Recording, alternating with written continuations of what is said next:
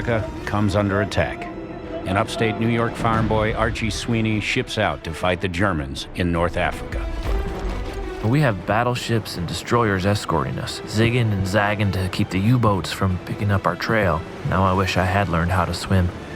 While former college basketball standout Charles Scheffel learns he will be battling Hitler's forces in coordination with the British.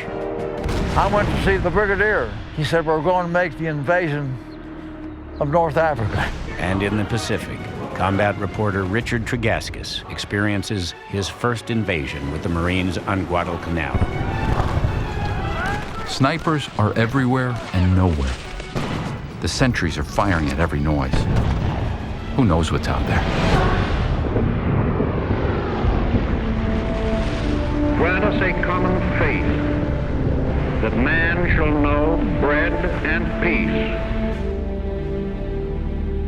that he shall know justice and righteousness, freedom and security, an equal opportunity and an equal chance to do his best, not only in our own lands, but throughout the world.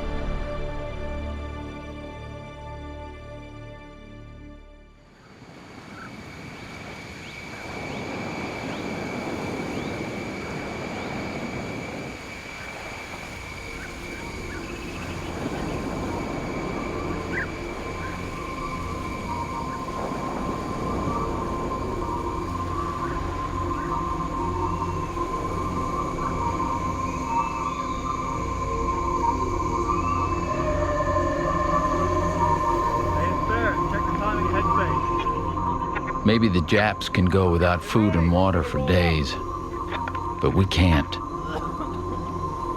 Dysentery is starting to set in among the Marines.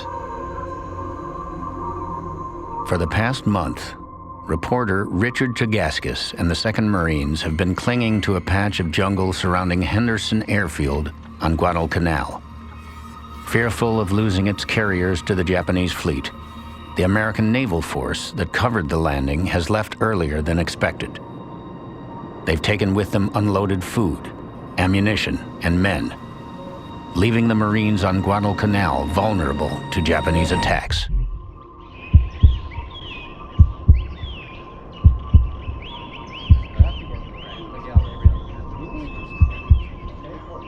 The scuttlebutt is flying. Our patrol aircraft has spotted 14 Jap ships, transports, cruisers, and destroyers heading to Guadalcanal. God help us.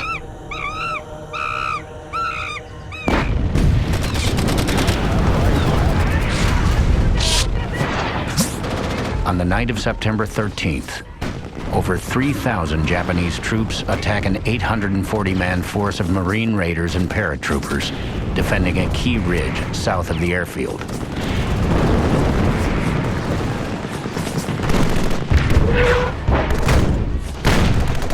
If the Japanese break through, the Americans will be overrun.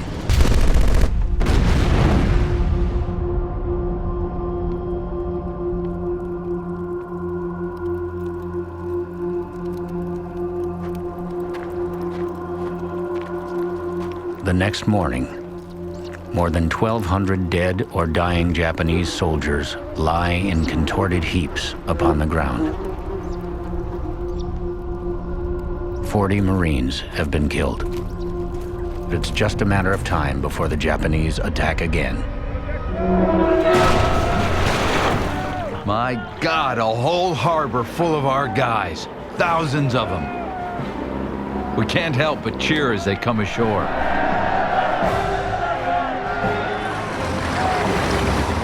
5 weeks after leaving the Marines to fight alone on Guadalcanal, the U.S. Navy finally breaks through the Japanese naval forces and delivers reinforcements, food, and medicine. But the fight for Guadalcanal is far from over. These new guys talk tough and loud as they come ashore. But they just don't know what they're walking into. I wish I didn't know what they are about to find out. After 2 months, I've seen enough. More than enough. I hitch a ride out on an ongoing flight from Henderson Field and get the hell out of here.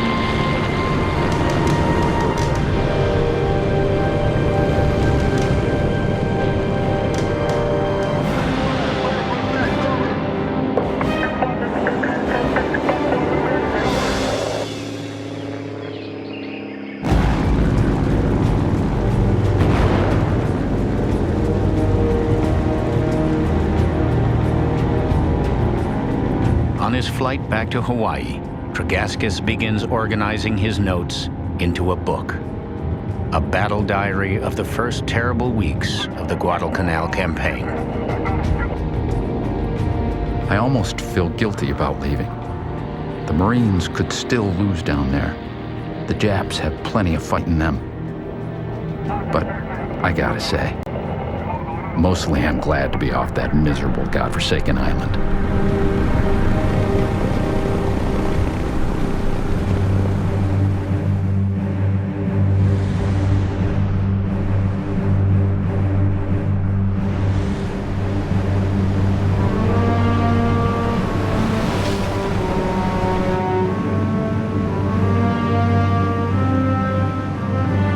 Steaming through the Mediterranean Sea, the immense convoy carrying Corporal Archie Sweeney and Second Lieutenant Charles Scheffel closes in on the coast of North Africa.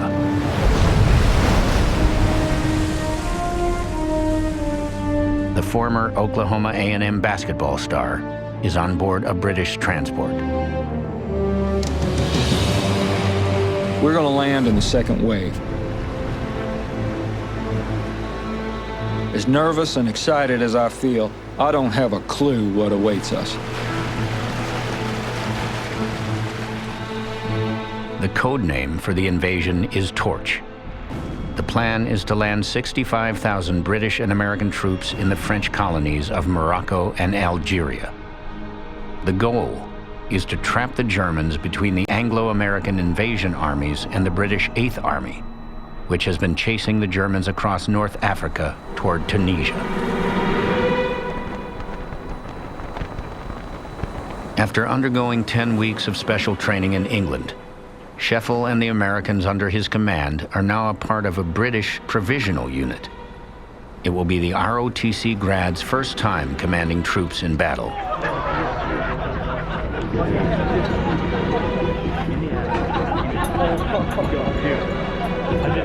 The weirdest feeling right now. I don't know why. I don't know. I didn't have to. The night before we're to land, I go below deck and chat with my men. They're acting like excited kids. I tell them to focus and stay ready.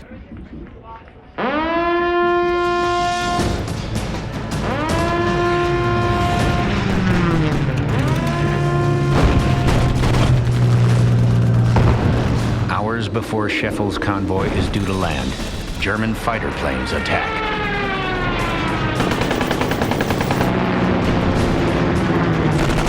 I feel completely helpless. I desperately want to get off this ship. It feels like a death trap.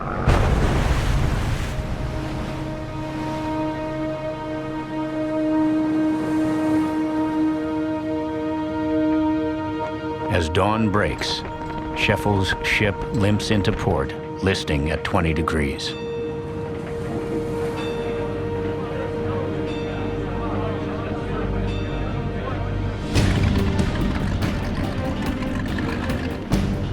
Operation Torch has been a total surprise. The Allies put 33,000 troops ashore near Algiers, including Charles Scheffel's unit.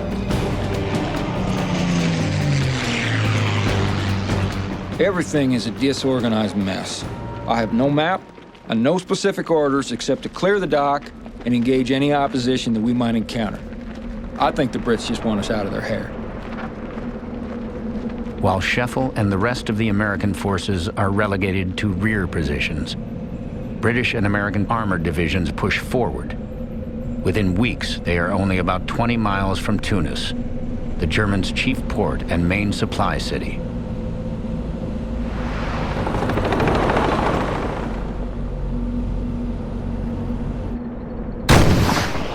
But before the British can launch a decisive attack on the city, German forces mount a furious assault, stopping the British in their tracks.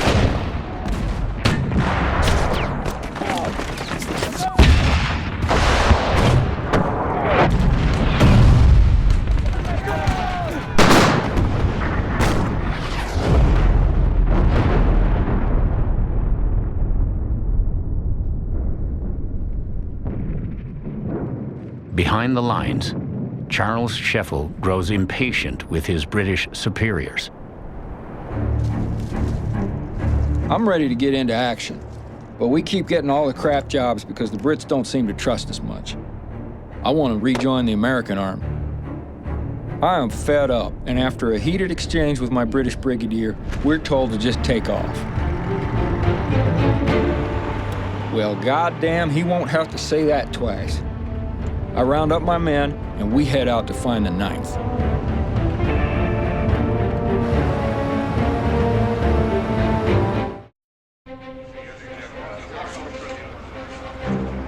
This place has far too many men with too much gold on their shoulders and too little to do.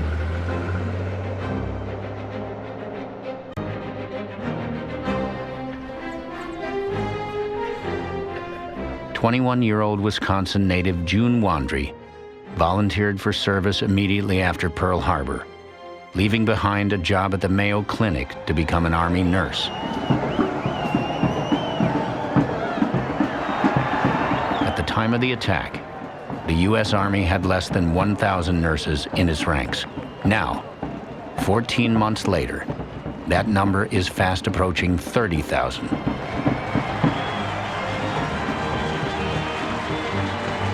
The night before June leaves the training facilities in Michigan, she writes a letter home. They distribute our Army-issued combat clothing, heavy underwear, fatigues, and raincoats, all of them in men's extra-large sizes. We're told this is what we will have to use until they can find something more fitting. My orders are to report to Camp Kilmer in New Jersey. From there, I will deploy to North Africa. It's a relief to finally be leaving. They need surgical nurses so badly over there.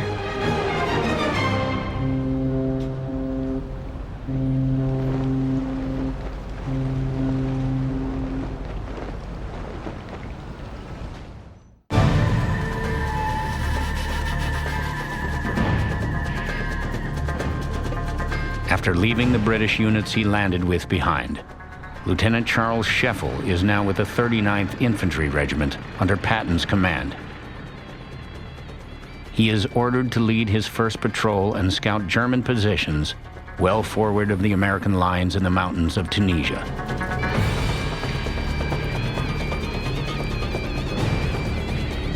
I take the guys out toward a distant ridge.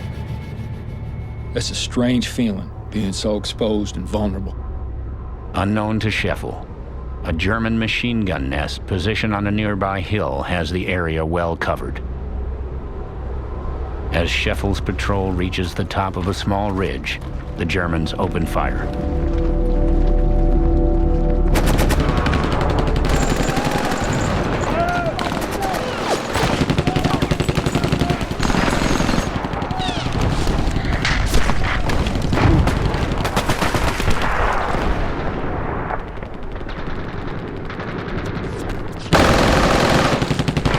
Scheffel and his men are pinned down with no hope of escaping.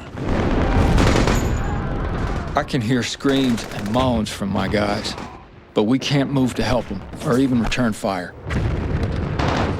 Scheffel orders his men to stay calm and dig in. I don't want them to panic and run. We'll have to wait it out.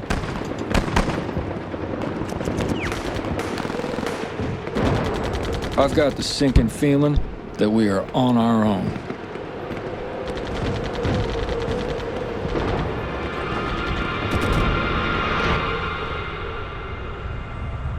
After an hour, the firing stops. Some of the men are impatient.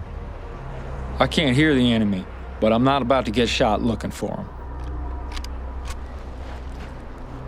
The job of a soldier is to survive, so he can fight. That's not the job of an officer. The job of an officer is command. You're the guy that got him into that mess. You're the guy in command. You're the guy that's obligated to get him out.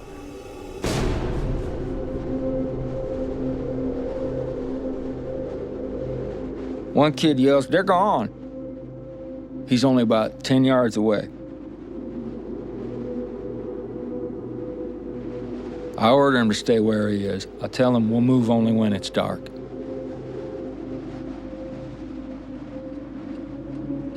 "But there's nobody out there," he says. And off to my right, this damn kid stands right up. Killed. Right then and there. And then I yelled at my men, "Damn it, don't anybody else stand up. I'll get you guys out of here.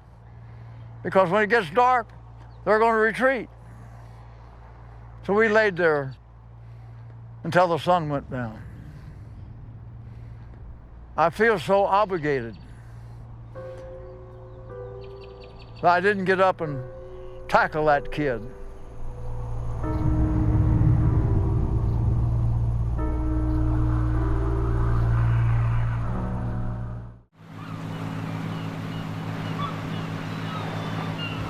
It's time to say goodbye to the many friends I've made while crossing. We all wonder, what is our future and how long will we live?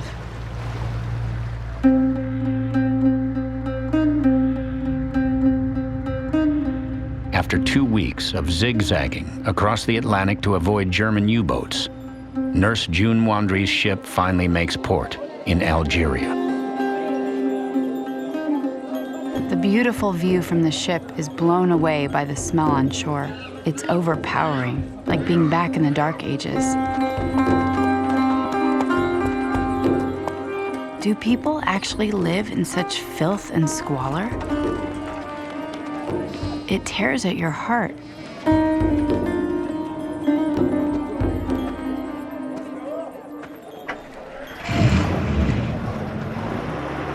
June and the rest of her medical battalion are immediately outfitted and ordered to push east to join the fast advancing Allied forces in northern Tunisia.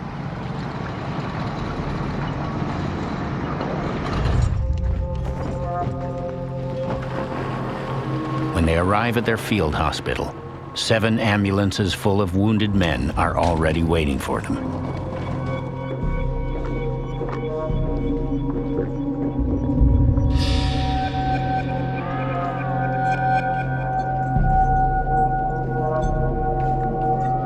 Patients pour in from the front.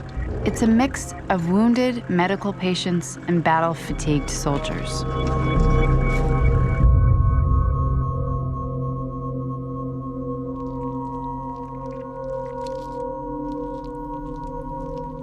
Five nurses are on call, and one nurse, lucky me, gets the 24-hour shift in the operating tent.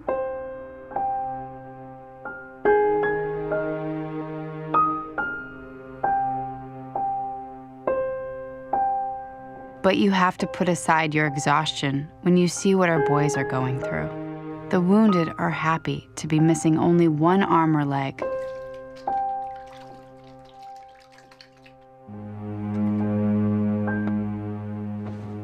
I'm glad I have lots of energy. I'm not sure how the older nurses stand the pace.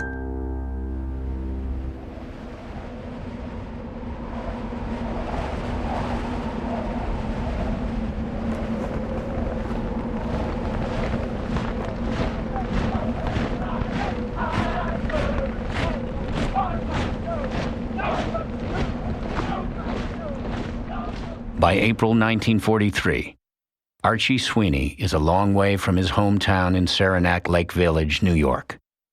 Now in northern Tunisia, with the 39th Infantry Regiment, the corporal is taking a break between patrols. Hello, Dad. Just a few lines to let you know I'm well, and hope you all are too. Finally got to use my machine gun. Can't say that I much like using it to shoot against people, but I'm sure glad I know how to.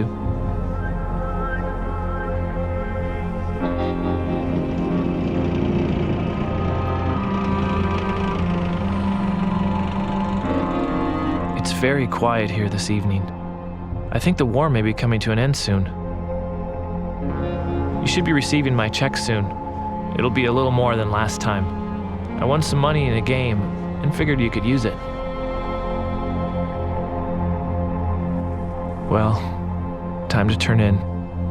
I sure do miss everyone. Love, Archie.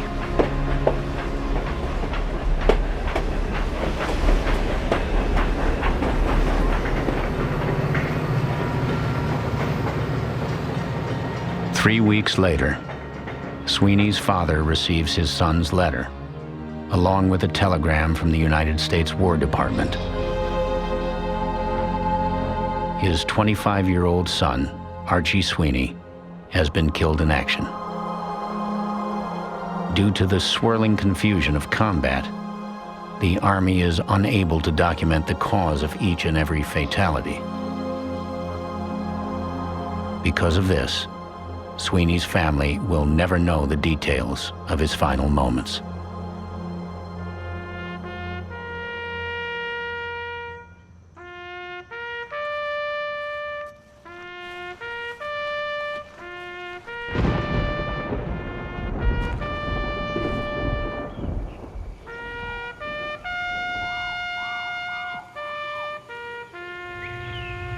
This generation of Americans has come to realize with a present and personal realization that there is something larger and more important than the life of any individual or of any individual group. Something for which a man will sacrifice and gladly sacrifice not only his pleasures, not only his goods, not only his associations with those he loves, but his life itself.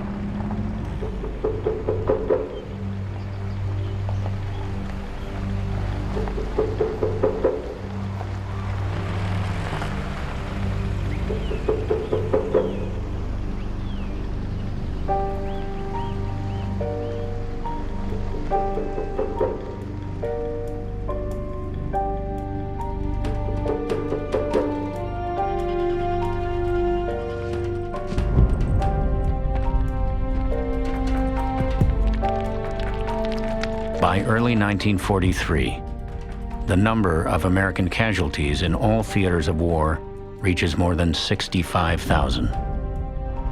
As Americans are forced to confront the sobering reality of war, reporter Richard Chagaskis's book, Guadalcanal Diary, hits the bestseller list. His raw, unflinching descriptions of the men on the front lines both frightens and captivates the American public, bringing the reality and heroism of the war home to millions of people. There was a private, first class Ray Herndon. He was hit badly and said to one of his buddies, "You guys better move out. I'm done for anyhow. I can get 3 or 4 of the bastards." Greensburg, Pennsylvania, Corporal Walter J. Burak, who twice during the night he traversed the exposed crest of the ridge. Good stories of valor. Back in November of 1942, American naval forces sealed off Guadalcanal, making it impossible for the Japanese to land reinforcements and supplies. Named John R. Morrill of Greenville, Tennessee, had been cut off from the rest of the Marines. But somehow, he walked. At 8:30 a.m., the Japs made a bayonet charge, but they were beaten back. Now, in the first week of February 1943, 14 months after Pearl Harbor, Guadalcanal is finally secured. It is America's first major victory on land against the forces of Imperial Japan.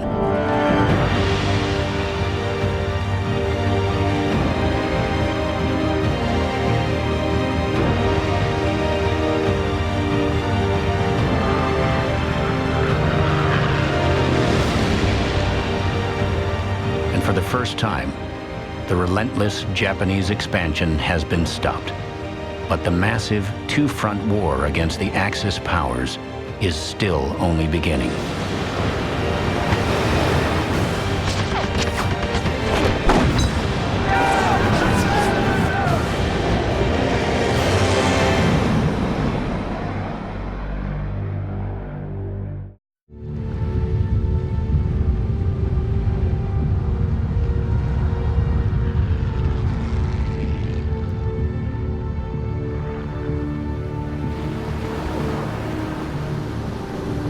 What is the point of being in a war without seeing action?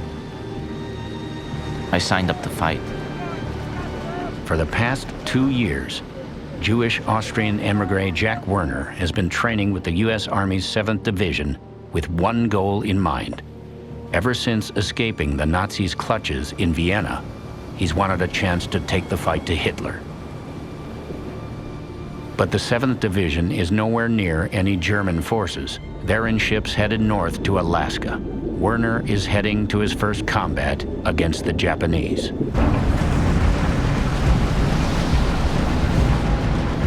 Werner has volunteered to be one of 200 select scouts, part of a covert strike team that will become the opening thrust of a major operation to retake the Alaskan islands of Attu and Kiska. For over a year, the Japanese have occupied these remote frozen islands at the western edge of North America. Their motives, a mystery. Now, intelligence reports that they are building large airstrips on Attu that will allow them to better defend their post-Pearl conquests in the Pacific. The Japs have no idea that we're here.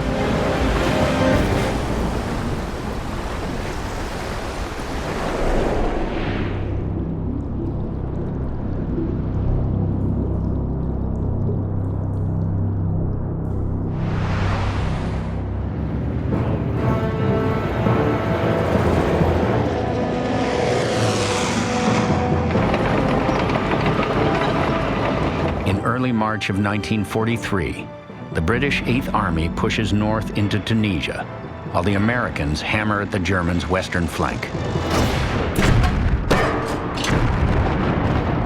In the mountains near El Guitar, American artillery and infantry units, including Scheffel's 39th Regiment, push back a furious German counteroffensive. For the first time, U.S. forces defeat the seasoned German armored units in battle. With no hope of holding their lines, the Germans begin to retreat northward to the ports of Tunis and Bizerta.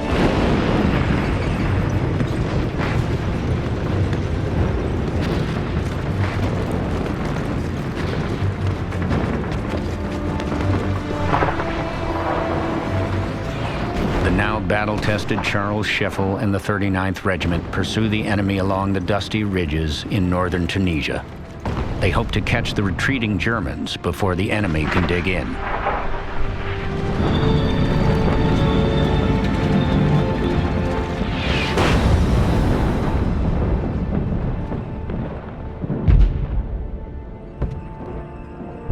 We're moving along when we stumble on this group of Germans. They have their hands in the air, and they're yelling, "Comrade, comrade."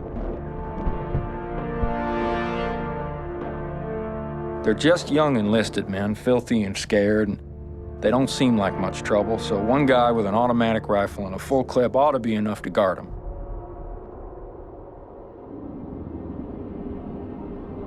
So I call over Kyle Berger, and I tell him he's gonna have to take him back to Battalion HQ alone.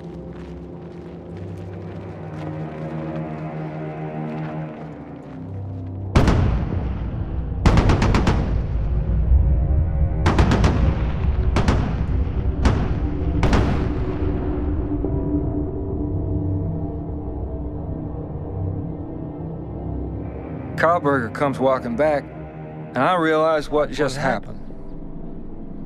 He murdered those prisoners. I put my hand on my gun. I was ready to shoot him. And one of my men said, "Sir, you don't know this, but he's a Jew." He tells me his parents were killed by Nazis back in Germany.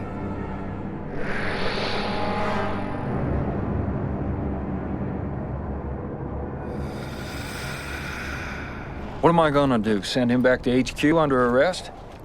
Our orders are to push on toward Bizerta, and I need every last man I can get. So we push on.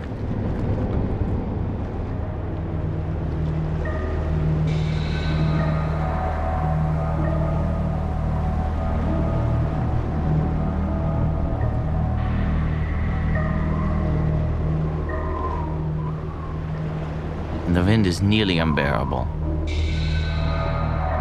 I feel a terrific thrill, just imagining what's to come.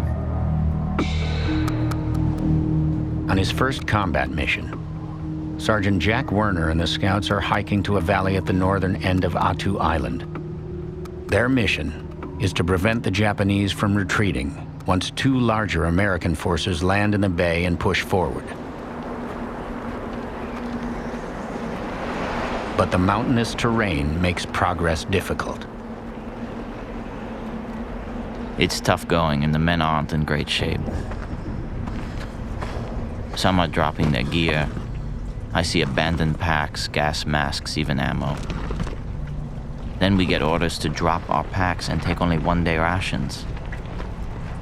Who gives such orders? I keep all of my equipment. As the strike force reaches the narrowest part of the valley, a thick fog settles over them.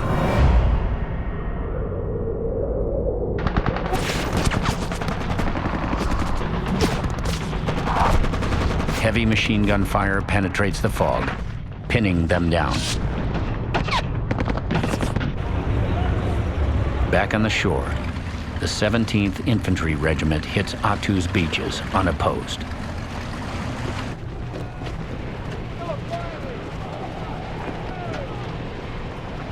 But their vehicles struggle in the spring slush and mud.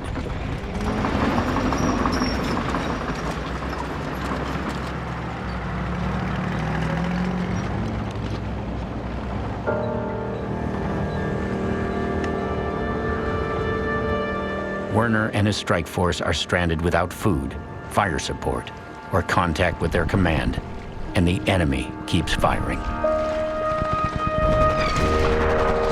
Where's the 17th? They were supposed to be here within 24 hours. Does anyone even know where we are?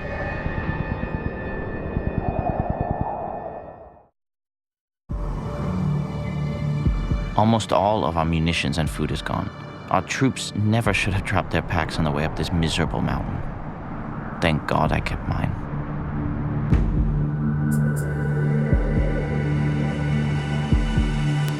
On Attu Island in the Aleutians, Jack Werner and the 7th Division Scouts are battling freezing cold, hunger, and an enemy they can't see through the heavy fog. Finally, a break in the clouds. And what a sight. Our planes are diving low, attacking the Jap positions.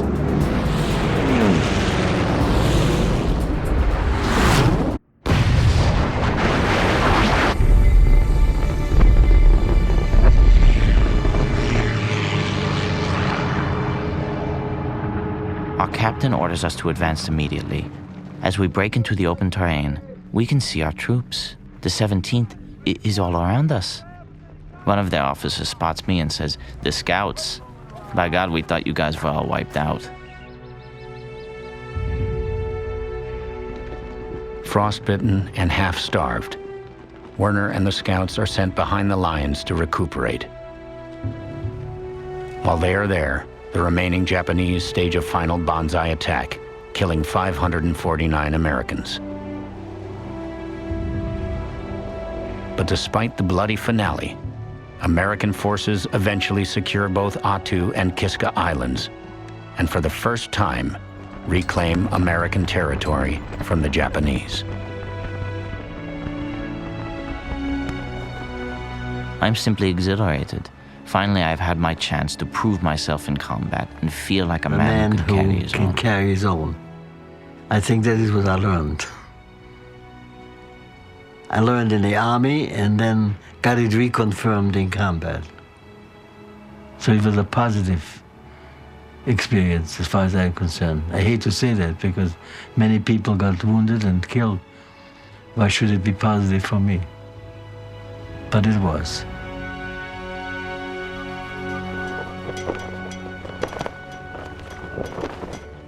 If we win this campaign, it will be more than just a victory over the Axis. It will be a medical victory over disease and battle wounds.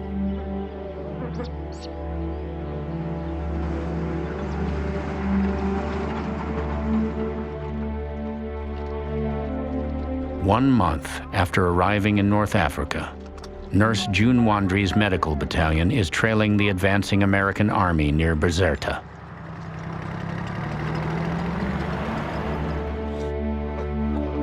An 18-year-old boy is carried into the shock ward, and he looks up at me trustingly, asking, "How am I doing, nurse?" I just kiss his forehead and say, "You are doing just fine, soldier." He smiles sweetly and says, "I was just checking." Then he dies. We all cry in private, but not in front of the boys. Never in front of the boys.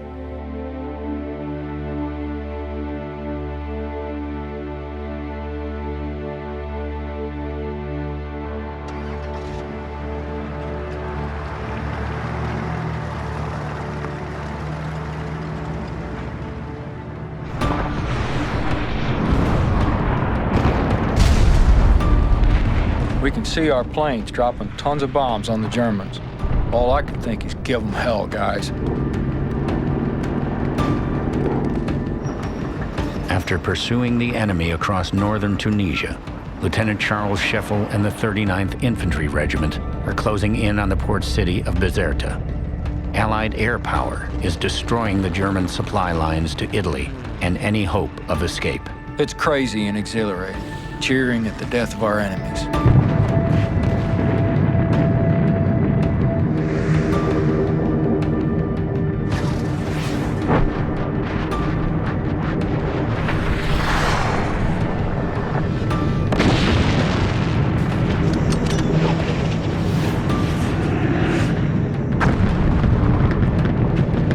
After a week of relentless attacks from the air and ground, the last vestige of the Nazis' hold on North Africa is crushed.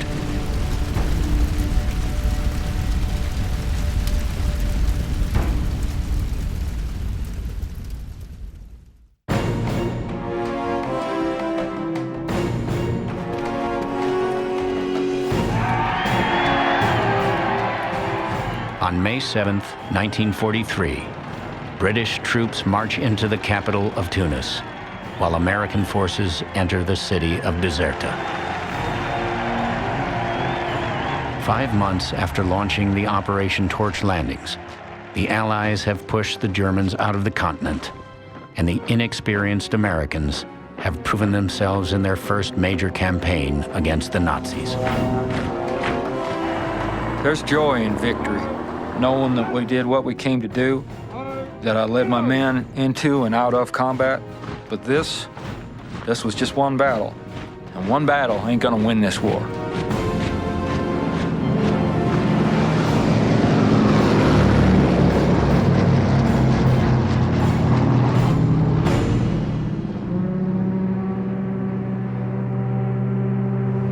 Oh, we're a very sad lot. Not looking too good. But what can you expect after so many weeks at sea? 4 months after helping to reclaim the Alaskan island of Attu, Jack Werner and the 7th Division dock in the territory of Hawaii. Now that he's had his first taste of combat, Werner is anxious for his next fight. All I can think about is the war. What is it we're gonna do next? Who is gonna get killed? And how can we prepare ourselves? In time of crisis, when the future is in the balance, we come to understand with full recognition and devotion what this nation is. The task that we Americans now face will test us to the uttermost. Never before have we been called upon for such a prodigious effort. Never before have we had so little time in which to do so much.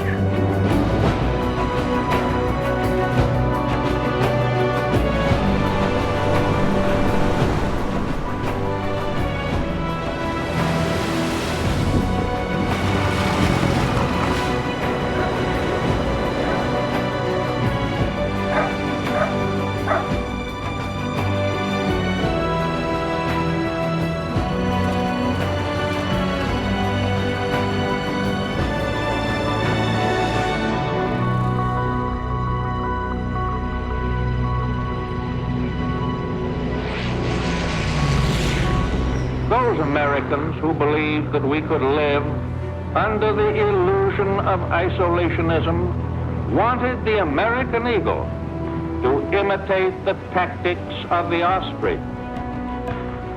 But we prefer to retain the eagle as it is, flying high and striking hard.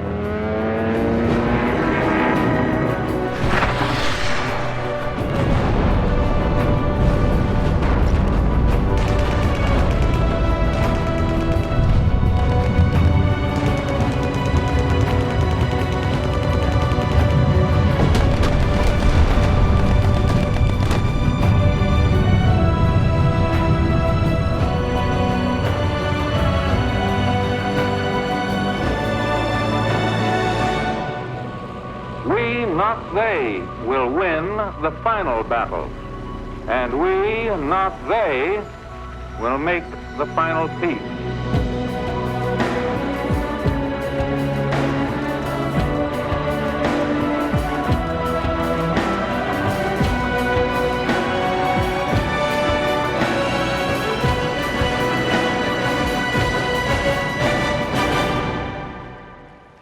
The harder the sacrifice, the more glorious the triumph.